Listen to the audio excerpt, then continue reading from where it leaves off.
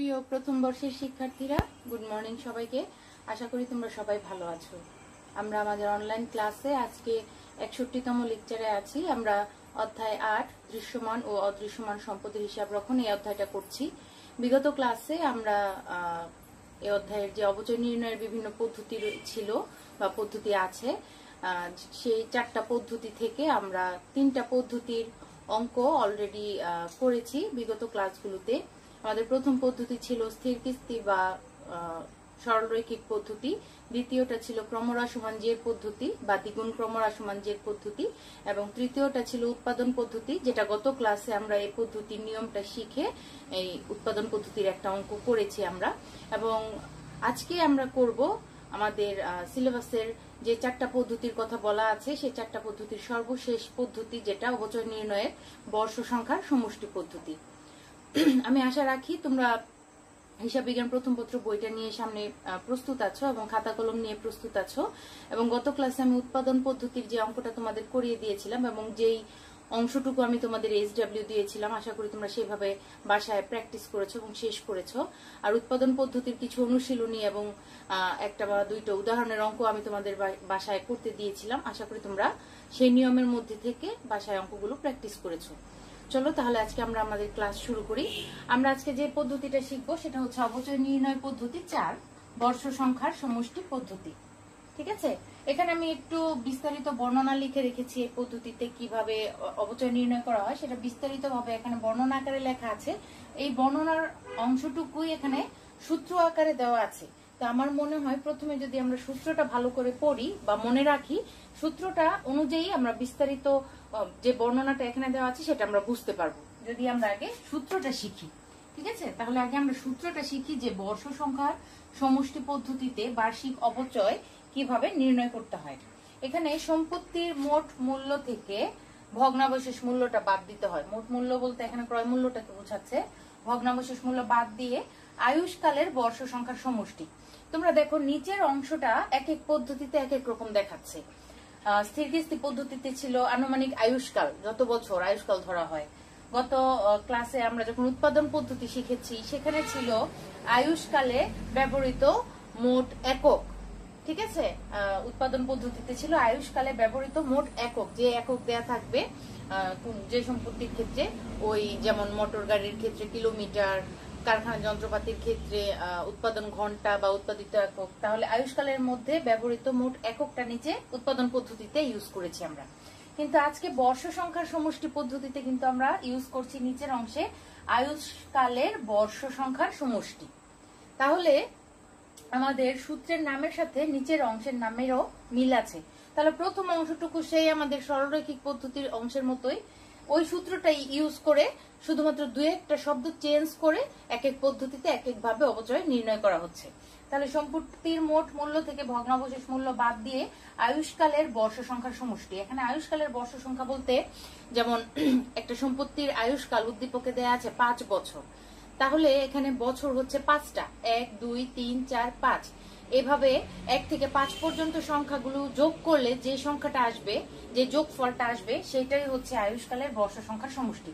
অর্থাৎ 1-এর সাথে 2 যোগ করব, 2-এর সাথে 3 যোগ করব, 3-এর সাথে 4 যোগ করব, 4-এর সাথে 5 যোগ করব। অর্থাৎ আয়ুষ্কালে যতগুলো বছর আছে সবগুলোকে ধারাবাহিকভাবে যোগ করে যে যোগফলটা আসবে সেটাই হচ্ছে আয়ুষ্কালের বর্ষ সংখ্যার সমষ্টি, এবং সেটা দিয়েই আমরা উপরের অংশটাকে ভাগ করব। এইটুকু অংশ সে ভাগ করার ফলে যে ফলটা আসবে, সেই ফলটাকে আমরা ভাগফলকে আয়ুষ্কালের যে বর্ষ সংখ্যা আছে, মনে করো 5টা বছর, সেই নিম্নক্রম অনুসারে বর্ষের সংখ্যাগুলো আমরা সাজাবো। যেমন 5 বছর আয়ুষ্কালের বর্ষ সংখ্যা, আয়ুষ্কালের বছর ধরা হচ্ছে 5 বছর আয়ুষ্কাল ধরা হচ্ছে। তাহলে নিম্নক্রম অনুসারে যদি আমরা বছরকে সাজাই, 5 বছরকে যদি আমরা নিচের দিকে নিয়ে আসি, তাহলে প্রথমে 5, তারপরে 4, তারপরে 3, তারপরে 2, তারপরে 1, এইভাবে নিম্নক্রম অনুসারে বর্ষের মান দিয়ে প্রথম বছরের অবচয় যদি বলি, তাহলে প্রথম বছরের আয়ুষ্কাল যদি 5 বছর ধরা হয়, প্রথম বছর এখানে 5 দিয়ে গুণ হবে, দ্বিতীয় বছর যদি ধরা হয় 4 দিয়ে গুণ হবে। এইভাবে নিম্ন ক্রমানুসারে বর্ষের মান দিয়ে গুণ করব। কাকে? এই ভাগফলটাকে। অর্থাৎ সম্পত্তির মোট মূল্য থেকে ভগ্নাবশেষ মূল্য বাদ দিব, আয়ুষ্কালের বর্ষ সংখ্যার সমষ্টি দিয়ে ভাগ করব। কতগুলো বছর আছে সবগুলো ধারাবাহিকভাবে সাজিয়ে যোগফল নির্ণয় করে সেই সমষ্টিটা দিয়ে ভাগ করব, এবং সেই ভাগফলকে আমরা সেই বর্ষ সংখ্যাকে নিম্নক্রম অনুসারে যখন সাজাবো সেই নিম্নক্রম অনুসারে বর্ষের মান দিয়ে আমরা প্রথম থেকে শুরু করে প্রতি বছরের অবচয় নির্ণয় করব, এটা দিয়ে গুণ করব আর কি। তাহলে এই কথাটা, সূত্রের এই কথাটাকেই এখানে বিস্তারিত বর্ণনা আকারে একটু আমি লিখেছি। সম্পত্তির ভগ্নাবশেষ মূল্য বাদে মোট মূল্যকে আয়ুষ্কালের বর্ষসমূহের মোট অঙ্ক দ্বারা ভাগ করে, আয়ুষ্কালের বর্ষ সংখ্যার মোট অঙ্ক মানে আয়ুষ্কালের বর্ষ সংখ্যার সমষ্টি দিয়ে ভাগ করে প্রাপ্ত ভাগফলকে, এই যে ভাগফলটা আসবে এটা থেকে একটা প্রাপ্ত ভাগফলকে মানের নিম্নক্রম অনুসারে সাজিয়ে, অর্থাৎ এখানে যদি আয়ুষ্কাল 5 বছর হয় তাহলে নিম্নক্রম অনুসারে যদি আমরা সাজাই, নিম্নক্রম তাহলে হচ্ছে 5, 4, 3, 2, 1 এভাবে হচ্ছে নিম্নক্রম অনুসারে যদি সাজাই তাহলে প্রাপ্ত ভাগফলকে মানের নিম্নক্রম অনুসারে সাজিয়ে সংশ্লিষ্ট বর্ষের সংখ্যা দ্বারা গুণ করে অবচয় নির্ণয় করা হয়। তাহলে প্রথম বছরে যখন অবচয় নির্ণয় করব, প্রথম বছর তখন আমরা গুণ করব এই 5 দিয়ে, এখানে আমরা বসাবো 5। যখন দ্বিতীয় বছর অবচয় নির্ণয় করব তখন আমরা গুণ করব, নিম্নক্রম অনুসারে সাজাবো তো, তাহলে বড় থেকে ছোট, দ্বিতীয় বছরে দ্বিতীয়তে এখানে আসে 4, তাহলে 4টা এখানে আমরা বসাবো। এটা হচ্ছে প্রথম অবচয়, এটা হচ্ছে দ্বিতীয়, এটা হচ্ছে তৃতীয়, এটা হচ্ছে চতুর্থ, এটা হচ্ছে পঞ্চম। এইভাবে প্রতি বছরের অবচয় আমরা এখানে ধারাবাহিকভাবে আমরা মানে নিম্নক্রম অনুসারে বর্ষ সংখ্যাকে বসিয়ে প্রতি বছরের অবচয় আমরা ধারাবাহিকভাবে নির্ণয় করতে পারবো। ঠিক আছে, এটা যে বছরের জন্য বলুক না কেন, এখন যদি বলে চতুর্থ বছরের অবচয় নির্ণয় করো, ঠিক আছে, চতুর্থ বছরের অবচয় নির্ণয় করো, তখন আমরা এখানে 2 দিয়ে গুণ করবো। মানে এইভাবে আমাদের নিম্নক্রম অনুসারে আয়ুষ্কালকে সাজিয়ে নিতে হবে, তারপর আমরা এখানে সঠিকভাবে মানটা বসিয়ে বা বর্ষ সংখ্যা নিম্নক্রম অনুসারে মানটা বসিয়ে আমরা বার্ষিক অবচয়, ওই বছরের বার্ষিক অবচয় নির্ণয় করতে পারবো। আর এখানে আয়ুষ্কালের বর্ষ সংখ্যার সমষ্টি মানে এখন যদি 5 বছর হয় তাহলে বর্ষ সংখ্যার সমষ্টি হবে 1 + 2 + 3 + 4 + 5, এই বর্ষ সংখ্যার সমষ্টি হচ্ছে এটা। ঠিক আছে, তাহলে এখানে টোটাল যত আসবে ততই হচ্ছে এখানে বর্ষ সংখ্যার সমষ্টি। আমরা এইভাবে যদি যোগ করি তাহলে আমরা এখানে যোগ করে দেখি, এটার একটা সূত্র আমরা ধারাপাতের অঙ্ক করেছি, এরকম অঙ্ক আমরা করতে পারি। এখানে 15 আসে, 15, তাহলে বর্ষ সংখ্যার সমষ্টি হচ্ছে 5 বছরের যদি আয়ুষ্কাল হয় তাহলে বর্ষ সংখ্যার সমষ্টি হচ্ছে এখানে 15। তাহলে আমরা 15 দিয়ে নিচে ভাগ করব, আর এখানে নিম্নক্রম অনুসারে বর্ষের মান যে বছরের অবচয় নির্ণয় করতে বলবে, যদি বলে দ্বিতীয় বছরের অবচয় নির্ণয় করো, আয়ুষ্কাল 5 বছর, তাহলে দ্বিতীয় বছর অবচয় বললে এখানে 4 দিয়ে গুণ করব, তৃতীয় বছর অবচয় বললে 3 দিয়ে গুণ করব, প্রথম বছর অবচয় বললে 5 দিয়ে এখানে গুণ করব, এইভাবে। তাহলে এখানে একটা উদাহরণ তোমাদের দেয়া আছে বইতে, এই বর্ষ সংখ্যার সমষ্টি পদ্ধতিতে যে কথাগুলো আমি লিখেছি, যে সূত্রটা আমি লিখেছি বা যেভাবে আমি তোমাদের বোঝাচ্ছি সেইভাবেই বইতে বর্ণনা করা আছে। তোমরা বইয়ের বর্ণনাটা পড়লে এটাই পাবে। আর এখানে একটা উদাহরণ দেওয়া আছে, একটা যন্ত্রের মোট ক্রয় মূল্য 5,70,000 টাকা, যার আয়ুষ্কাল 10 বছর এবং আয়ুষ্কাল শেষে ভগ্নাবশেষ মূল্য 20,000 টাকা।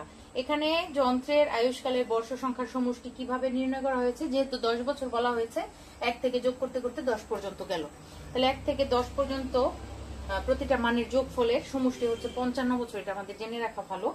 আর এখানে হচ্ছে মানে নিম্নক্রম অনুসারে যদি আমরা সাজাই 10 থেকে একদম 1 পর্যন্ত, আমরা 10, 9, 8, 7, 6, 5, 4, 3, 2, 1 এইভাবে আমরা বর্ষ সংখ্যাকে নিম্নক্রম অনুসারে সাজাবো। তারপর আমরা প্রথম বছরের অবচয় যখন নির্ণয় করবো প্রথমে 10, আর এখানে সম্পত্তির মোট মূল্য দেওয়া আছে, উদ্দীপকে ভগ্নাবশেষ মূল্য দেওয়া আছে, আয়ুষ্কালের বর্ষ সংখ্যার সমষ্টিটা আমরা বের করতে পারবো আয়ুষ্কাল দেখে। আর এখানে মানের নিম্নক্রম অনুসারেও আমরা সাজাতে পারবো আয়ুষ্কালটাকে। আমাদের এখানে এই পদ্ধতির অঙ্কটা খুবই সহজ, করতে গেলেও আমরা মজা পাবো এই অঙ্ক করতে গেলে। আর এই অঙ্কের খুব বেশি অঙ্ক তোমাদের নেই বইয়ের উদাহরণে বা অনুশীলনীতে। উদাহরণ 13তে একটা অঙ্ক আছে, সেই অঙ্কটা আজকে আমি করে বুঝিয়ে দেবো, এবং অনুশীলনীতে আরেকটা অঙ্ক আছে এরকমই, শুধুমাত্র একটা অঙ্ক দেওয়া, সেটা তোমরা নিজেরা বাসায় প্র্যাকটিস করতে পারবে যদি আজকের অঙ্কটা তোমরা ভালোভাবে বুঝো। তাহলে তোমরা তোমাদের 2020 সংস্করণ বই 922 পৃষ্ঠায় তো এই পদ্ধতির বর্ণনাটা পাবে, আর 946 পৃষ্ঠা তোমরা বের করো তোমাদের 2020 সংস্করণ বই 946 পৃষ্ঠা 13 নং অঙ্কটা আজকে আমি তোমাদের বুঝিয়ে দিব। ঠিক আছে, এই বর্ষ সংখ্যার সমষ্টি পদ্ধতিতে এই পদ্ধতিতে অঙ্ক আছে। সেখানে আমরা উদ্দীপকটা পড়ে দেখব যে এই সূত্রের মানগুলো আমাদের উদ্দীপকের মধ্যেই দেয়া থাকবে। শুধুমাত্র আয়ুষ্কালটাকে দেখে আমাদের এই কাজটা আর এই কাজটা করে নিতে হবে, সাজিয়ে বসিয়ে বা নিয়ম অনুসারে করে নিতে হবে। আয়ুষ্কালটা দেখে বুঝতে হবে, আর যেগুলো আমাদের করণীয় থাকবে আমরা সেইভাবে করতে পারবো। তাহলে বর্ষ সংখ্যার সমষ্টি পদ্ধতিতে বার্ষিক অবচয় একটা আসবে, আর অবচয় নির্ণয় করতে পারলেই আমরা জাবেদাও করতে পারবো সেই টাকা দিয়ে, এবং বছর অনুযায়ী যে অবচয়টা আসবে আমরা সেই বছরের জাবেদা দিতে পারবো, তারপর খতিয়ান করতে পারবো। বিশদায় বিবরণীতে কিভাবে উপস্থাপন করতে হয় সেটা বিগত ক্লাসে আমি তোমাদের দেখিয়েছি উৎপাদন পদ্ধতির সময়। আজকে আমরা হয়তো দেখতে পারি যে আর্থিক অবস্থার বিবরণীতে সম্পত্তিটাকে কিভাবে উপস্থাপন করতে হয় সেটা যদি দেখাতে বলে, সেটাও আমরা আজকে সেই উপস্থাপনটা দেখে শিখে নিব। তাহলে আমাদের সব ধরনের নিয়মের অঙ্কই করা হয়ে যাবে, এবং আমার বিশ্বাস যে আজকের অঙ্কটা করলে আমাদের 4টা পদ্ধতিতে যে অঙ্কগুলো করার কথা আমরা প্রতিটা পদ্ধতিতে অঙ্কগুলা করতে পারবো অবচয়ের। অর্থাৎ দৃশ্যমান অদৃশ্যমান সম্পদের হিসাব রক্ষণের যে 4টা পদ্ধতিতে আমরা অবচয় নির্ণয় করা শিখেছি আজকেরটা সহ, তাহলে প্রতিটা পদ্ধতির যে কোনো পদ্ধতিতে অঙ্ক আসুক না কেন আমরা করতে পারবো। তাহলে তোমরা উদাহরণ 13 নম্বর উদাহরণটা তোমরা খোলো 946 পৃষ্ঠায়। সেখানে বলা আছে জনাব প্লাবন 2011 সালের 1 জানুয়ারি তারিখে 1,15,000 টাকায় একটি মেশিন ক্রয় করেন। মেশিনটির আনুমানিক ভগ্নাবশেষ মূল্য ধরা হয় 5,000 টাকা। তাহলে একটা মেশিনের ক্রয় মূল্য দেয়া আছে 1,15,000 টাকা, আর ভগ্নাবশেষ মূল্য দেয়া আছে 5,000 টাকা। এটাও দেয়া আছে সূত্রের বিষয়, এটাও দেয়া আছে উপাদান। ঠিক আছে, আর আয়ুষ্কাল দেয়া আছে 10 বছর। আয়ুষ্কালের বর্ষ সংখ্যার সমষ্টি, তাহলে 10 বছর হচ্ছে 1 থেকে শুরু করে 10 পর্যন্ত প্রত্যেকটা সংখ্যাকে আমাদের কি করতে হবে, যোগ করতে হবে। এখানে ক্যালকুলেটরে হয়তো তোমাদের প্রত্যেকটা সংখ্যা যোগ করার ক্ষেত্রে হয়তো অনেক সময় লাগবে, তবে সেই ক্ষেত্রে আমাদের এই সংখ্যাগুলো যোগ করার জন্য একটা সূত্র আছে আমাদের। ঠিক আছে, বর্ষ সংখ্যা সমষ্টি বের করার জন্য আমি তোমাদের একটু দেখাই দিই। বর্ষ সংখ্যার সমষ্টি কিভাবে নির্ণয় করতে হয় সংক্ষেপের একটা সূত্র আছে, n × n + 1। এটা হচ্ছে আমরা ধারাবাতের অঙ্ক করেছি ছোটবেলায়, ক্লাস 4-5 হয়তো করেছি সেই অঙ্কগুলো। n হচ্ছে এখানে আনুমানিক আয়ুষ্কাল। ঠিক আছে, এখানে n হচ্ছে আনুমানিক আয়ুষ্কাল।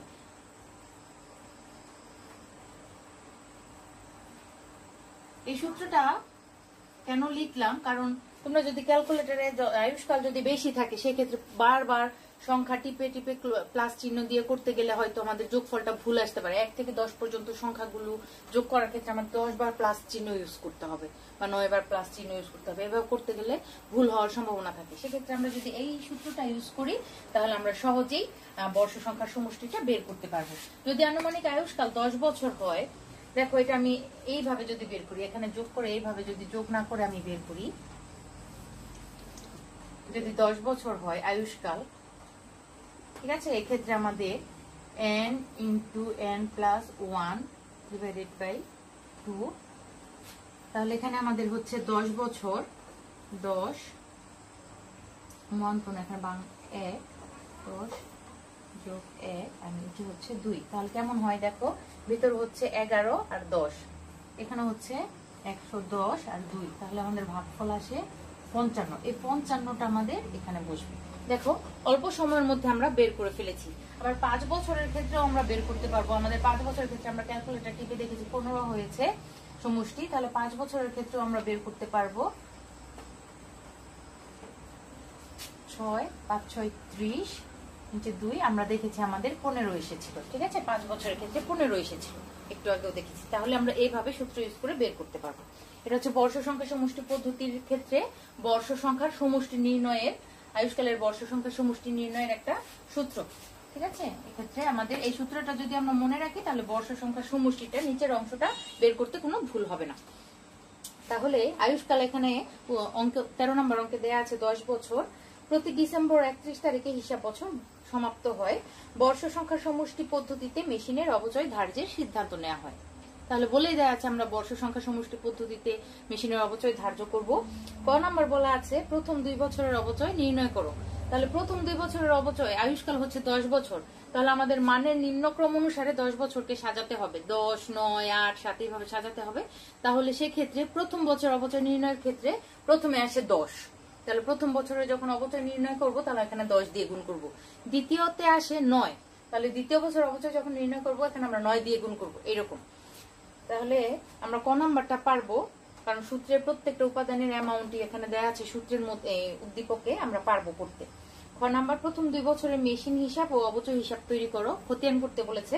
গ নাম্বার প্রথম 2 বছরের পুঞ্জীভূত অবচয় হিসাব মেশিন, এটাও একটা খতিয়ান করতে বলেছে। এবং আর্থিক অবস্থার বিবরণীতে মেশিনের উপস্থাপন দেখা, অর্থাৎ আর্থিক অবস্থার বিবরণীতে আমরা নবম দশম শ্রেণীতে আর্থিক বিবরণী অধ্যায়টা করে এসেছি। সেখানে আর্থিক অবস্থার বিবরণীতে যেখানে সম্পদ ও দায়গুলো থাকে, সম্পদ অংশে স্থায়ী সম্পদগুলো আমরা কিভাবে দেখাই, স্থায়ী সম্পদ থেকে আমরা পুঞ্জীভূত অবচয়টা বাদ দেই, সেটা কিভাবে আমরা প্রদর্শন করি, সেই অংশটুকু শুধু আজকে আমরা দেখাবো আর্থিক অবস্থার বিবরণীতে।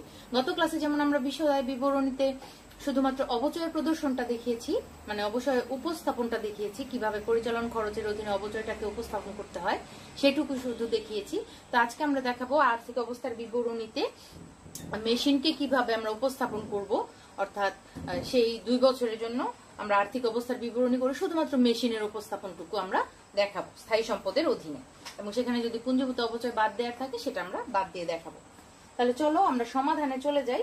যেহেতু আমাদের উদ্দীপকে প্রত্যেকটা সূত্রের প্রত্যেকটা উপাদানের অ্যামাউন্ট দেয়া আছে আর বর্ষ সংখ্যা আয়ুষ্কালও দেয়া আছে, তাহলে আমাদের অঙ্কের সমাধান করতে এতটুকু সমস্যা হবে না।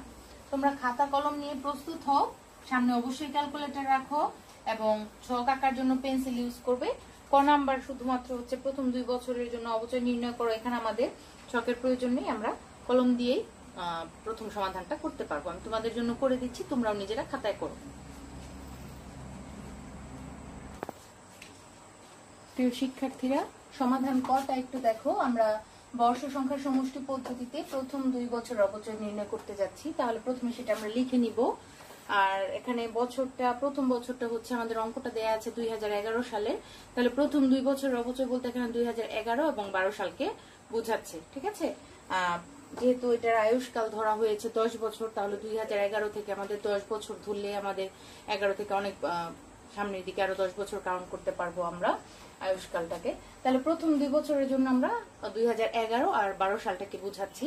তাহলে এখানে প্রথমে সূত্র ইউজ করতে হলে আমাকে বর্ষ সংখ্যার সমষ্টিটা বের করে নিতে হবে, কারণ আমাদের সূত্রের নিচের অংশে হচ্ছে আয়ুষ্কালের বর্ষ সংখ্যার সমষ্টিটা বসাতে হয়। তাহলে শুরুতে প্রথমে বর্ষ সংখ্যার সমষ্টিটা নির্ণয় করে নেই।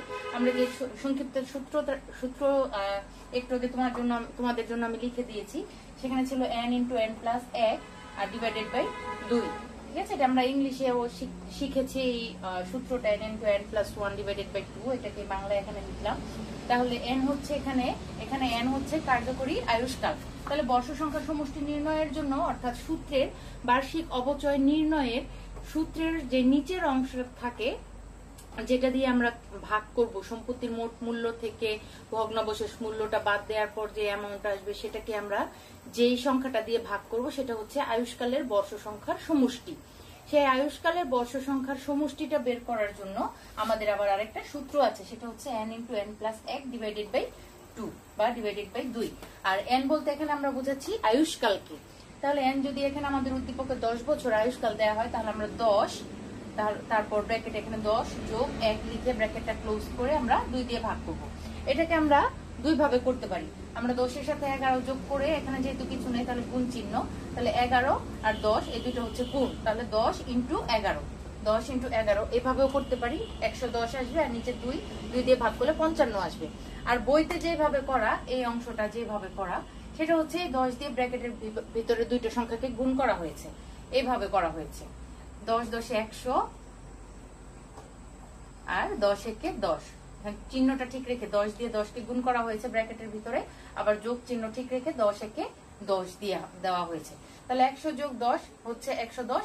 আবার আমরা যদি ব্র্যাকেটের কাজটা আগে করে তারপরে বাইরেরটার সাথে গুণ করি, তাহলে 10 × 11 এভাবেও হয়। 2 ভাবে করা যায় এখানে, তবে ফলাফল একই আসবে, ঠিক আছে। বইতে এইভাবে করা, ঠিক আছে। আর আমি তোমাদের জন্য বোঝার সুবিধার্থে প্রথম ব্র্যাকেটের কাজটা শেষ করে তারপর 10 দিয়ে গুণ করে এখানে বুঝিয়ে দিয়েছি। আমাদের সেই 55ই আসবে আমরা যেভাবেই করি না কেন, তোমরা তোমাদের সুবিধা মতো যে কোনোটা করতে পারো। তাহলে আমরা বর্ষ সংখ্যার সমষ্টি পেলাম 55, যেটা আমাদের সূত্রের নিচের অংশে আমরা বসাবো। তাহলে প্রথম বছরের অবচয় হচ্ছে 2011 সালের অবচয়। আমরা কিভাবে নির্ণয় করব? সম্পত্তির মোট মূল্য, ক্রয় মূল্য থেকে ভগ্নাবশেষ মূল্য বাদ দিব, ডিভাইডেড বাই আয়ুষ্কালের বর্ষ সংখ্যার সমষ্টি, যেটা আমরা নির্ণয় করলাম। ঠিক আছে, তাহলে এই অংশটা যত আয়ুষ্কালের মধ্যে প্রতি বছরের জন্য এই অংশটা স্থির থাকবে। প্রতি বছর এটা একই অ্যামাউন্ট থাকবে, একই ফিগার থাকবে, শুধুমাত্র গুণের পরে এখানে সংখ্যাটা চেঞ্জ হবে। এখানে আয়ুষ্কালের বর্ষ সংখ্যাটাকে নিম্নক্রম অনুসারে সাজিয়ে ধাপে ধাপে গুণ করতে হবে আর কি। যে বছরের অবচয় নির্ণয় করতে বলে তত সংখ্যাটা এখানে আস্তে আস্তে কমতে কমতে বসবে। তাহলে 2011 সাল হচ্ছে প্রথম বছর। 2011 সালের অবচয় মেশিনের বা মেশিন যেহেতু কিনেছে, মেশিনের মোট ক্রয় মূল্য 1,15,000 টাকা মাইনাস ভগ্নাবশেষ মূল্য 5,000 টাকা ডিভাইডেড বাই আয়ুষ্কালের বর্ষ সংখ্যা সমষ্টি 55। ঠিক আছে, এইটুকু আমরা করলাম। গুণ প্রথম বছরের অবচয় যেহেতু, তাহলে আমরা দেখো তোমাদের একটু বোঝার জন্য এখানে কিভাবে 10 আসলো সেটা আমি তোমাদের জন্য একটু লিখে দিয়েছি। নিম্নক্রম অনুসারে আয়ুষ্কালের বর্ষের মান, যেহেতু আয়ুষ্কাল 10, প্রথমে 10 রাখতে হবে, তারপর নিম্নক্রম অনুসারে আমরা যাই। 10 বছরকে আমরা নিম্নক্রম অনুসারে সাজাই। 10, 9, 8, 7, 6, 5, 4, 3, 2, 1। এখানে এটা হচ্ছে প্রথম বছর। ঠিক আছে, এটা হচ্ছে প্রথম, এটা হচ্ছে দ্বিতীয়, এটা হচ্ছে তৃতীয়। এইভাবে আমাদের এখানে মানগুলো যে বছরের জন্য অবচয় নির্ণয় করতে হবে, এইভাবে আমাদের বুঝে নিয়ে নিয়ে গুণের পরে সেই সংখ্যাটা বসাতে হবে। এটা হচ্ছে চতুর্থ। তাহলে এখানে যদি বলতো তৃতীয় বছরের অবচয় নির্ণয় করো, তাহলে আমরা এই মানটাকে স্থির রেখে গুণ দিতাম। 10, 9, 8, 8 হচ্ছে তৃতীয়, এখানে আমরা 8 গুণ দিতাম। এভাবে আমরা মানের নিম্নক্রম অনুসারে সাজালে যে কোনো বছরের অবচয় নির্ণয় করতে বলুক না কেন, শুধুমাত্র গুণের পরের সংখ্যাটাকে আমরা যেন ঠিক মতো পাই বা বসাতে পারি, এই জন্য মানের নিম্নক্রম অনুসারে আগে সাজিয়ে নিতে হবে। তারপর প্রথম, দ্বিতীয়, তৃতীয় এভাবে ধরে যে বছর অবচয় নির্ণয় করতে বলবে ওই সংখ্যাটা আমরা গুণের পরে বসিয়ে দিলে আমরা ওই বছরের অবচয়টা পেয়ে যাব। তাহলে 2011 সালের অবচয়, অর্থাৎ 2011 সাল যেহেতু প্রথম বছর, তাহলে প্রথম বছর অবচয় হিসাবে 10 গুণ হবে এখানে। ঠিক আছে, নিম্নক্রম অনুসারে সাজালে প্রথম সংখ্যাটা 10। তাহলে এইভাবে তোমরা ক্যালকুলেশন করে দেখো। 1,15,000 থেকে 5,000 বাদ দাও, 1,10,000 আসে। এটাকে 55 দিয়ে ভাগ করো, একটা অ্যামাউন্ট আসবে, ওটাকে 10 দিয়ে গুণ করে দেখো, প্রথম বছরের অবচয় 20,000 টাকা আসবে। একইভাবে 2012 সালের অবচয় এইটুকু অংশ আমরা স্থির রাখি, তারপর গুণ চিহ্ন দিব, যেহেতু দ্বিতীয় বছরের, তাহলে 10-এর পরে আমরা নিম্নক্রম অনুসারে সাজানোর পর আমরা দ্বিতীয় বছরে পেয়েছি এখানে 9, নিম্নক্রম অনুসারে মানটা পেয়েছি 9 দ্বিতীয় বছরে। তাহলে এখানে 9 দিয়ে গুণ করব, দেখবো ক্যালকুলেশন করে আমাদের দ্বিতীয় বছর অবচয় আসছে 18,000 টাকা। এভাবে আমরা আয়ুষ্কালের প্রতিটা বছরের অবচয় আমরা নির্ণয় করতে পারি। এইটুকু জাস্ট আমি বোঝানোর জন্য তোমাদের এখানে লিখে রেখেছি, কিভাবে এখানে 10 আসলো, কিভাবে 9 আসলো, তোমরা নিজেরাও নিজেদের বোঝার জন্য লিখে নিতে পারো খাতায়। পরীক্ষার খাতায় এটা দেখালেও সমস্যা নেই, না দেখালেও সমস্যা নেই। তাহলে আমাদের ক নাম্বার যে সলিউশন যেটা করতে বলেছি সেই দুইটা আমরা করে ফেলেছি। প্রথম 2 বছরের অবচয়, আমরা প্রথম বছরের অবচয় পেয়েছি 2011 সাল 20,000 টাকা, দ্বিতীয় বছরের অবচয় পেয়েছি 18,000 টাকা 2012 সালের জন্য। তাহলে এখন আমাদের খ নাম্বার বলেছে প্রথম 2 বছরের মেশিন হিসাব এবং অবচয় হিসাব তৈরি করো। তাহলে এখানে যেহেতু হিসাব করতে বলেছে আমরা অবশ্যই খতিয়ান করব। এখানে আমরা যেহেতু জাবেদার নিয়ম জানি, মুখে মুখে জাবেদা করে আমরা খতিয়ান করতে পারবো। আর অবচয়ের অ্যামাউন্টও যেহেতু আমরা নির্ণয় করে ফেলেছি প্রথম 2 বছরের, তাহলে প্রথম 2 বছরের খতিয়ান করতে আমাদের কোনো কষ্ট হবে না। আমরা বছর অনুযায়ী অবচয় টাকার পরিমাণটা বসিয়ে আমরা খতিয়ান করতে পারবো। চলো তাহলে আমরা সমাধান খটা করি।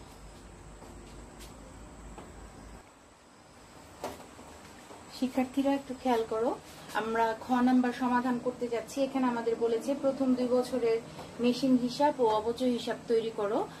যদি একাধিক বছরের জন্য কোনো একটা হিসাব তৈরি করতে বলে, সেক্ষেত্রে আমি টি ছকটাই বেশি প্রেফার করি, যদি কোনো নির্দিষ্ট করে খতিয়ানের ছক করার কথা বলা না থাকে প্রশ্নে।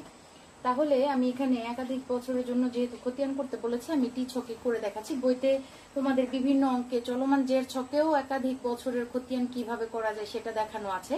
তবে সেক্ষেত্রে একাধিক বছরের ক্ষেত্রে মেশিন হিসাবটা বা সম্পত্তি হিসাবের জেরটা এক লাইনেই করা থাকে চলমান জের ছকে, যত বছরের জন্যই বলা হোক। মানে পরবর্তীতে যতদিন পর্যন্ত নতুন সম্পত্তি ক্রয় না করা হচ্ছে ততদিন পর্যন্ত এক লাইনেই ব্যালেন্সটা দেখানো থাকে সম্পত্তির ক্ষেত্রে। কিন্তু টি ছকে করলে সঠিক ব্যালেন্স, প্রতি বছরের ব্যালেন্সটা জানা যায়। ঠিক আছে, বছর অনুযায়ী। তো আমি টি ছকে এখানে মেশিন হিসাব এবং অপচয় হিসাবটা দেখাচ্ছি। আমি এর আগেও তোমাদের টি ছকে এরকম সম্পত্তির খতিয়ান করে দেখিয়েছি, আশা করি আজকে তোমাদের বুঝতে তেমন কষ্ট হবে না। তোমরা টি ছকে দুই সাইড ডেবিট ক্রেডিট দিক রাখলাম, তারিখ বিবরণ জাবেদা পৃষ্ঠা টাকা, তারিখ বিবরণ জাবেদা পৃষ্ঠা টাকা। আমরা মেশিন কিনেছি 2011 সালের জানুয়ারি 1 তারিখে। আমরা মেশিনটা যখন ক্রয় করেছি জাবেদা কি দিয়েছি, মুখে মুখেই জাবেদা বলি, যেহেতু আমরা আলাদা করে আর জাবেদা করিনি। তাহলে মেশিন হিসাব ডেবিট, নগদান হিসাব ক্রেডিট 1,15,000 টাকা। এখানে যে টাকাটা দেওয়া আছে সেটা অনুযায়ী। তাহলে মেশিন হিসাব ডেবিট, আমরা ডেবিট দিকে টাকাটা বসালাম, আর ভিতরে বসবে তার সাথে অপর পক্ষের নামটা, নগদান হিসাব 1,15,000 টাকা। যেহেতু ক্রেডিট দিকে আর কোনো মেশিনের সাথে জড়িত কোনো জাবেদা নেই, তাহলে আমাদের এটাকে যোগফল হিসাবে নামাতে হবে এবং ক্রেডিট দিকে 2011 সালের বছরের শেষ দিনে ব্যালেন্স সিডি নির্ণয় করতে হবে। সেই 1,15,000 টাকাই আসবে এবং যোগ করে নামালে 1,15,000ই আসবে। আমরা যোগফলটাকে 2011 জন্য ক্লোজ করলাম। অর্থাৎ মেশিনটা কিনলাম জানুয়ারি 1 তারিখে এবং ব্যালেন্স সিডি নির্ণয় করলাম ডিসেম্বর 31 তারিখে। এগুলো খেয়াল করতে হবে। যেটা আমরা আগের বছরের শেষ তারিখে ব্যালেন্স সিডি হিসেবে দেখাচ্ছি, সেটা আমরা পরের বছরের শুরুতে গিয়ে ব্যালেন্স বিডি হিসেবে দেখাবো। 2012 জানুয়ারি 1 ব্যালেন্স বিডি সেই 1,15,000 টাকা। ঠিক আছে, সেটা আমরা এখানে দেখালাম। যেহেতু আর নতুন করে কোনো মেশিনের সাথে জড়িত কোনো জাবেদা হয়নি বা নতুন কোনো মেশিন ক্রয় করা হয়নি, এই ব্যালেন্স বিডিটাকে আবার যোগ করে নামাতে হবে ওই বছর। আবার সেই একইভাবে ওই বছর ব্যালেন্স সিডি নির্ণয় করে একইভাবে নামাতে হবে, যেহেতু নতুন কোনো সম্পত্তি বা মেশিন ক্রয় করা হয়নি। যেটা 2012 সালের ডিসেম্বর 31 তারিখে ব্যালেন্স সিডি আমরা নির্ণয় করছি 1,15,000 টাকা, সেটাকে আবার আমরা যেহেতু 2 বছরের জন্য দেখাতে বলেছে, আমরা 2 বছর এই পর্যন্ত দিয়েই মানে 1,15,000 নিচে আমরা ক্লোজ করে দিতে পারতাম, বইতে ক্লোজ করা আছে। তবে ব্যালেন্স সিডিটাকে বিডি হিসাবে দেখিয়ে ছকটা ক্লোজ করলে ভালো। যেটা সিডি সেটাকে আমরা পরের বছরের শুরুতে ব্যালেন্স বিডি হিসাবে দেখিয়ে আমরা ছকটা ক্লোজ করে দিব। ঠিক আছে, এটা হচ্ছে সঠিক নিয়ম খতিয়ানের ক্ষেত্রে, ব্যালেন্স নির্ণয়ের ক্ষেত্রে। তাহলে বোঝা যাচ্ছে মেশিন হিসাবে ব্যালেন্স হচ্ছে ডেবিট, এটা বোঝা যায়। ব্যালেন্স বিডিটা দিয়েই কিন্তু আমরা যে কোনো খতিয়ান হিসাবে যেটা বুঝতে পারি, বিডি দিয়ে, সিডি দিয়ে কিন্তু না। তাহলে বিডিটা যেটা হবে সেটা আমরা যদি দেখিয়ে খতিয়ানটা ক্লোজ করি, তাহলে আমরা বুঝতে পারবো যে আমরা সঠিক জেটটা নির্ণয় করেছি। ডেবিট জেট, মেশিন হিসাবে ডেবিট জেট 1,15,000 টাকা। ঠিক আছে, আমরা 2 বছরের জন্য খতিয়ান করেছি, তবে জেটটা সঠিকভাবে বসানোর জন্য 2013 সালের জানুয়ারি 1 তারিখে আমাদের দেখাতে হয়েছে ব্যালেন্স বিডিটা। এবার অবচয় হিসাব। অবচয় হিসাব বিগত ক্লাসগুলোতে তোমরা শিখেছো কিভাবে অবচয় হিসাব করতে হয়। অবচয় একটা নামিক হিসাব, বছর শেষে এর কোনো উদ্বৃত্ত থাকে না। অবচয় যেই সময় ধার্য করি সে বছরের শেষ তারিখে আবার নামিক হিসাব ধরে এটাকে আয় সারাংশ হিসাব নিয়ে এসে বন্ধ করে দিতে হয়। আমরা 2 বছরের অবচয়ের টাকার পরিমাণ যেহেতু ক নাম্বারে নির্ণয় করেছি, সেই টাকা দিয়ে আমরা এখানে খতিয়ান করতে পারবো। তাহলে অবচয় হিসাব আমরা যখন অবচয় ধার্য করি, প্রথম বছর অবচয় যদি ধার্য করতাম, জাবেদা কি দিতাম 2011 সাল ডিসেম্বর 31, অবচয় হিসাব ডেবিট, পুঞ্জীভূত অবচয় হিসাব মেশিন ক্রেডিট। তাহলে অবচয় হিসাব ডেবিট, আমরা ডেবিট দিকে টাকাটা বসাচ্ছি। প্রথম বছরের টাকাটা আমরা 20,000 নির্ণয় করেছিলাম বার্ষিক অবচয়, সেটা 2011 সালের ডিসেম্বর 31, পুঞ্জীভূত অবচয় হিসাব মেশিন ভিতরে আমরা রাখলাম। আবার অবচয় হিসাবটাকে যখন আমরা বন্ধ করি সেই একই তারিখে পরের জাবেদায়, সেটা হচ্ছে আয় সারাংশ হিসাব ডেবিট, অবচয় হিসাব ক্রেডিট। তাহলে অবচয় হিসাব ক্রেডিট, ক্রেডিট দিকে সেই একই টাকাটা বসছে এবং ভিতরে বসবে আয় সারাংশ হিসাব, সেটাও সেই 2011 সালের ডিসেম্বর 31। একইভাবে 2012 সালেও জাবেদা অনুযায়ী আমরা খতিয়ান করব এবং অ্যামাউন্টটা এখানে চেঞ্জ হবে 18,000 টাকা। ঠিক আছে, যেহেতু আমরা ক নাম্বারে দ্বিতীয় বছরের অবচয় নির্ণয় করেছিলাম, সেখানে আমরা 18,000 টাকা পেয়েছি। তাহলে দ্বিতীয় বছরের অবচয়ের টাকার পরিমাণটা হবে দুই সাইডেই 18,000 টাকা এবং এখানে আমরা যোগফল নামিয়েও ক্লোজ করতে পারি, সরাসরি ক্লোজ করে দিতেও পারি। যেভাবে করি কোনো সমস্যা নেই, কারণ আমাদের অবচয়ের কোনো ব্যালেন্স সিডিবিডি এখানে নির্ণয় করা হয় না, বা ব্যালেন্স সিডি থাকে না, বা ব্যালেন্স বিডিও হয় না। অর্থাৎ নামিক হিসাবের উদ্বৃত্ত কোনো থাকে না, কারণ ওই হিসাবকাল শেষে নামিক হিসাবগুলোকে বন্ধ করে দিতে হয় এবং সেটা আয় সারাংশ হিসাব নিয়ে এসে বন্ধ করে দিতে হয়। ঠিক আছে, তাহলে এইভাবে তোমরা বিগত ক্লাসগুলোতেও অঙ্ক করেছো অবচয় হিসাবের খতিয়ান। আমিও আজকে তোমাদের সেভাবে দেখাচ্ছি। এই খতিয়ানটা তোমরা চলমান জের ছকেও করতে পারো, বই থেকে দেখে নিবে অন্যান্য অঙ্কে কিভাবে চলমান জের ছকে অবচয় হিসাবের খতিয়ান করা যায়। সেটা একটা বিবরণের কলামে হয়তো আসবে, একটা, দুইটা, তিনটা, চারটা লাইন হয়তো একটা বিবরণের কলামে আসবে। সেক্ষেত্রে খতিয়ানের সাইজটা হয়তো একটু বড় হবে, কারণ 2 বছরের জন্য করতে বলেছে। আশা করি তোমরা মেশিন হিসাব এবং অবচয় হিসাব বুঝেছো। যখন টি ছক করবে অবশ্যই ডেবিট ক্রেডিট দিক উল্লেখ করতে ভুলবে না এবং কলামগুলো সঠিকভাবে নামগুলো লিখবে, জাবেদা পৃষ্ঠা, টাকা, বিবরণ, তারিখ, এগুলো কথাগুলো সুন্দর করে স্পষ্টভাবে উল্লেখ করবে। এখন আমরা গ নাম্বারে যাই। গ নাম্বার বলেছে প্রথম 2 বছরের জন্য পুঞ্জীভূত অপচয় হিসাব মেশিন এবং আর্থিক অবস্থার বিবরণীতে মেশিনের উপস্থাপন দেখাও। অর্থাৎ পুঞ্জীভূত অপচয় আমরা যদি মুখে বলি, যখন আমরা শুধুমাত্র অপচয় ধার্য করি তখন আমরা পুঞ্জীভূত অপচয়কে ক্রেডিট করি, তাহলে একটা জায়গায় আসবে। আর পুঞ্জীভূত অপচয় যেহেতু নামিক হিসাব না, এটা একটা বিপরীত সম্পত্তিবাচক হিসাব, এর ব্যালেন্স নির্ণয় হবে। তাহলে আমরা এখন গ নাম্বারের সমাধানে চলে যাই। এখানে আমাদের জন্য আজকে শিক্ষণীয় হচ্ছে শেষের অংশটুকু, যেটা আর্থিক অবস্থার বিবরণীতে আমরা মেশিন হিসাবকে কিভাবে উপস্থাপন করে দেখাবো, কিভাবে আমরা ওই অংশটুকু করব, সেটা আজকে আমাদের জন্য নতুন বিষয়। গত ক্লাসে যেমন উৎপাদন পদ্ধতিতে একটা নতুন বিষয় ছিল, বিশদায় বিবরণীতে কিভাবে অপচয়কে দেখাতে হয় সেটা আমরা শিখেছি। আজকে আমরা একটা নতুন বিষয় শিখবো এবং এই ধরনের অঙ্ক আমরা আরো প্র্যাকটিস করব। চলো তাহলে গ নাম্বার সমাধানে যাই। শিক্ষার্থীরা একটু গ নাম্বার সমাধানটা তোমরা দেখো, এখানে একটু গ লিখে নিতে হবে। গ নাম্বার আমরা পুঞ্জীভূত অপচয় হিসাব মেশিন, এটা খতিয়ান করতে বলেছে এবং 2 বছরের জন্য আর্থিক অবস্থার বিবরণীতে মেশিন হিসাবকে উপস্থাপন করে দেখাতে বলা হয়েছে। তাহলে আমরা খতিয়ান কিভাবে করতে হয় সেটা আমরা তো খ নাম্বারেও করেছি। তাহলে পুঞ্জীভূত অপচয় হিসাব মেশিন, আমরা খতিয়ানের হিসাবের নামটা আগে শুরুতে দিয়ে নিব শিরোনাম হিসাবে, আর প্রত্যেকটা কলাম ঠিক মতো এঁকে পুঞ্জীভূত অপচয় হিসাবের যে জাবেদাটা আমরা মুখে মুখে বলবো। প্রথমে পুঞ্জীভূত অপচয়টা কখন আমরা ধার্য করি বা নিয়ে আসি জাবেদায়, যখন আমরা অপচয় ধার্য করি সেই অপচয়ের সাথে আমাদের পুঞ্জীভূত অপচয়টা চলে আসে। তাহলে আমরা প্রথম 2 বছরের জন্য যেহেতু পুঞ্জীভূত অপচয়ের খতিয়ান করতে বলেছে, তাহলে প্রথম বছর 2011 সালে আমরা যখন অপচয় ধার্য করেছি সেই তারিখে পুঞ্জীভূত অপচয়টাকে আমরা ক্রেডিট করেছি। তাহলে আমরা ক্রেডিট দিকে চলে যাই। 2011 ডিসেম্বর 31 পুঞ্জীভূত অপচয় হিসাব ক্রেডিট দিকে সেই বছরের অপচয়ের টাকা দিয়ে 20,000 টাকা লিখলাম, আর ভিতরে লিখলাম তার সাথে বিপরীতে ডেবিটে ছিল অপচয় হিসাব, সেই অপচয় হিসাবকে লিখলাম। যেহেতু একটাই জাবেদা প্রথম বছরে, পুঞ্জীভূত অপচয়ের জাবেদা একটাই হয় প্রতি বছর যখন মাত্র অপচয় ধার্য করা হয়, তাহলে এখানে আর 20,000কে এখানে যোগফল হিসাবে নামাতে হবে। এখানেও এই সাইডে যেহেতু কোনো পুঞ্জীভূত অপচয়ের ডেবিট দিকে যেহেতু কোনো আর জাবেদা হয়নি বা কোনো লেনদেন নেই, তাহলে এটাকে ব্যালেন্স সিডি হিসাবে 20,000 টাকাকে ধরে নামিয়ে সেটাকে যোগফল হিসাবে দেখাতে হবে, যেটা 2011 সালে ডিসেম্বর 31 তারিখেই হবে, কারণ ব্যালেন্স সিডি ওই হিসাবকালে শেষ তারিখে নির্ণয় করতে হয়। যেটা 2011 সালের ডিসেম্বর 31 ব্যালেন্স সিডি, সেটা 2012 সালের জানুয়ারি 1 তারিখে গিয়ে ব্যালেন্স বিডি হিসাবে দেখাতে হবে অপর সাইডে, অর্থাৎ পুঞ্জীভূত অপচয় ক্রেডিট সাইডে ব্যালেন্স বিডি 2012 সালের জানুয়ারি 1 20,000 টাকা, যেটা আগের বছরের ব্যালেন্স সিডি ছিল 20,000 টাকা। আর পরের বছরের পুঞ্জীভূত অপচয় আবার যখন আমরা দেখাতে যাব 2012 সালের জাবেদা আমরা যেদিন ধার্য করেছি সেদিনও আবার আরেকটা পুঞ্জীভূত অপচয় হিসাব আমরা পেয়েছি 18,000 টাকা, সেটাও আমরা দেখাবো ডিসেম্বর 31 অপচয় হিসাব, এবং দ্বিতীয় বছর অপচয়ের টাকা দিয়ে পুঞ্জীভূত অপচয়কে আমরা ক্রেডিট করেছিলাম। তাহলে পুঞ্জীভূত অপচয় হিসাব মেশিন ক্রেডিট 18,000 টাকা, ভিতরে বসবে অপচয় হিসাব। তাহলে আগের বছরের ব্যালেন্স সিডিটাকে আমরা বিডি হিসেবে যখন দেখিয়েছি 20,000, আর এই বছরের পুঞ্জীভূত অপচয় আরো 18,000 টাকা, টোটাল আমাদের আসে 38,000 টাকা। পুঞ্জীভূত অপচয়ের অ্যামাউন্ট টোটাল আসে দ্বিতীয় বছরে 38,000 টাকা।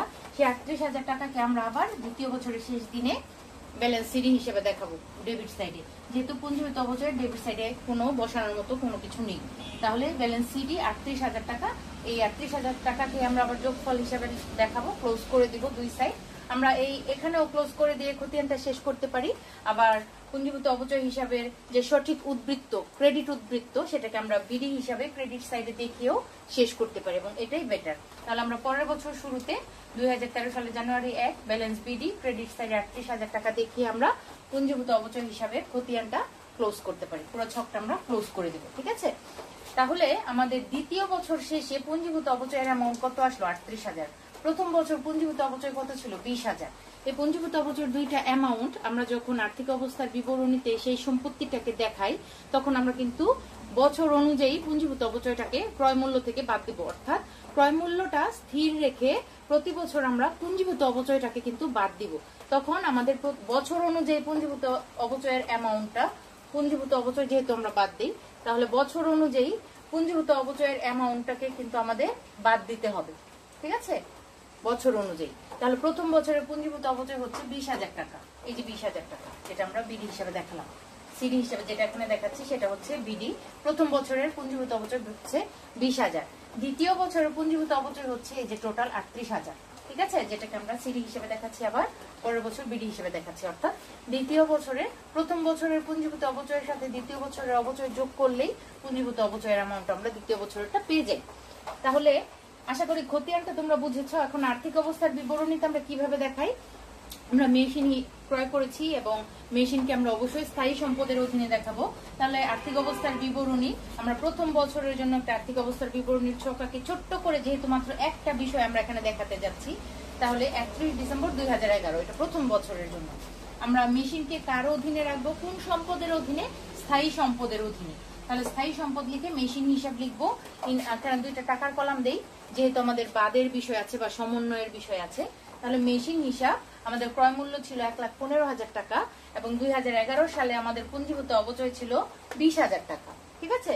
তাহলে বাদ পুঞ্জীভূত অপচয় 20,000 টাকা, 1,15,000 থেকে 20,000 বাদ দাও, দেখবে আউটার কলমে মেশিনের অ্যামাউন্ট আসে 95,000 টাকা। প্রথম বছরে শেষে 2011 সালের শেষ তারিখে গিয়ে ওই মেশিনের দামটা গিয়ে দাঁড়াচ্ছে, বই মূল্যটা গিয়ে দাঁড়াচ্ছে 95,000 টাকা। আমরা এটাকে ডাবল দাগ দিয়ে ক্লোজ করব না, কারণ স্থায়ী সম্পদের অধীনে মেশিন ছাড়াও আরো অন্যান্য সম্পদ থাকতে পারে, যেটা আমরা এখানে দেখাচ্ছি না, কিন্তু আর্থিক অবস্থার বিবরণীতে স্থায়ী সম্পদের অধীনে আরো অন্যান্য সম্পদ থাকতে পারে।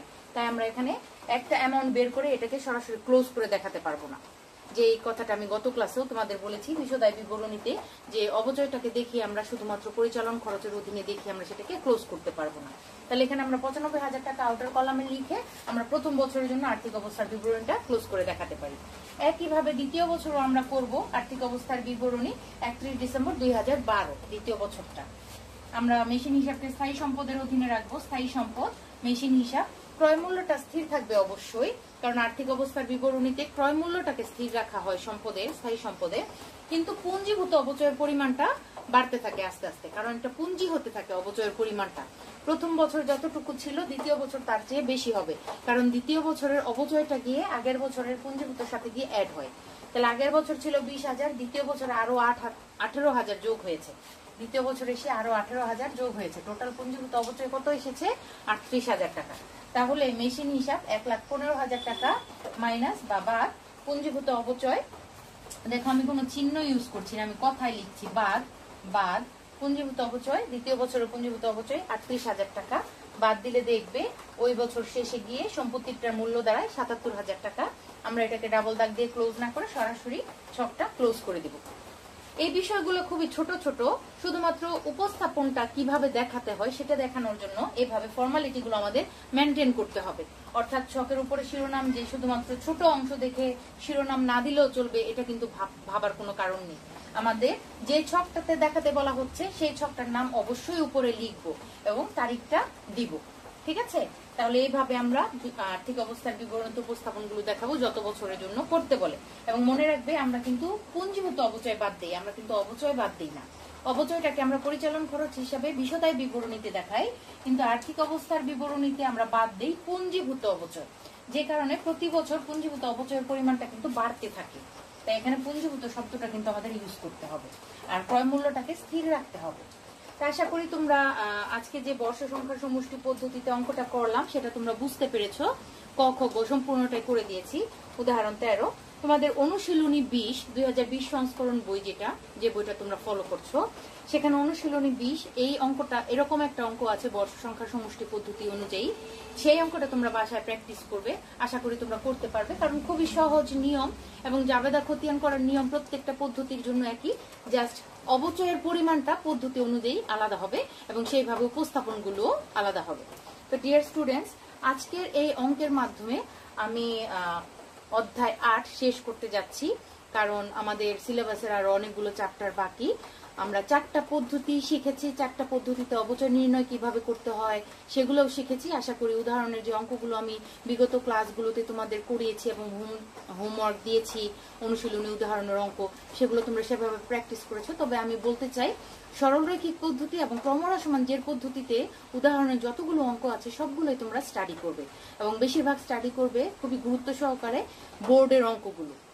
আশা করি তোমরা যেহেতু প্রত্যেকটা পদ্ধতিতে অঙ্ক করেছো, আমিও তোমাদের নিয়ম শিখিয়ে দিয়েছি, যে কোনো অঙ্ক দেখলেই তোমরা প্রশ্ন বা উদ্দীপক দেখে বুঝতে পারবে যে কিভাবে অঙ্কটা করতে হবে। তো তো স্টুডেন্টস এ পর্যন্তই থাক আজকের ক্লাসটা। আমরা পরবর্তী লেকচারে আরেকটা নতুন অধ্যায় শুরু করব, সেটা হিসাব বিজ্ঞান প্রথম পত্র থেকেই। সেটা হচ্ছে আর্থিক বিবরণী অধ্যায়টা শুরু করব। সেটা করার পর আমাদের আরেকটা চ্যাপ্টার থাকবে, সেটা হচ্ছে কার্যপত্র, যেটা আর্থিক বিবরণী করার পর করলে তোমাদের জন্য বুঝতে সুবিধা হবে। যদিও অধ্যায়টা এই চ্যাপ্টারেরও আগে, কিন্তু কার্যপত্র যেই অঙ্কগুলা ছকটা আছে সেখানে আর্থিক বিবরণীরও অংশ আছে, আর্থিক বিবরণী অধ্যায়ের অংশ আছে। সুতরাং আর্থিক বিবরণী অধ্যায়টা যদি আমরা আগে ভালো করে করি, তাহলে কার্যপত্র অধ্যায়টা আমরা আরো সঠিকভাবে করতে পারবো। এই জন্য কার্যপত্র অধ্যায়টা আমরা হিসাব বিজ্ঞান প্রথম পত্রে সিলেবাসে সবার শেষে করব আমরা। ঠিক আছে, তাহলে আমরা নেক্সট ক্লাসে কোন অধ্যায় শুরু করব? আর্থিক বিবরণী অধ্যায়, অধ্যায় 9। ঠিক আছে, তোমরা সেইভাবে প্রস্তুত থাকবে। তাহলে পরবর্তী ক্লাসে আবার সবার সাথে কথা হবে। ততদিন পর্যন্ত সবাই ভালো থাকো, সুস্থ থাকো। ধন্যবাদ সবাইকে।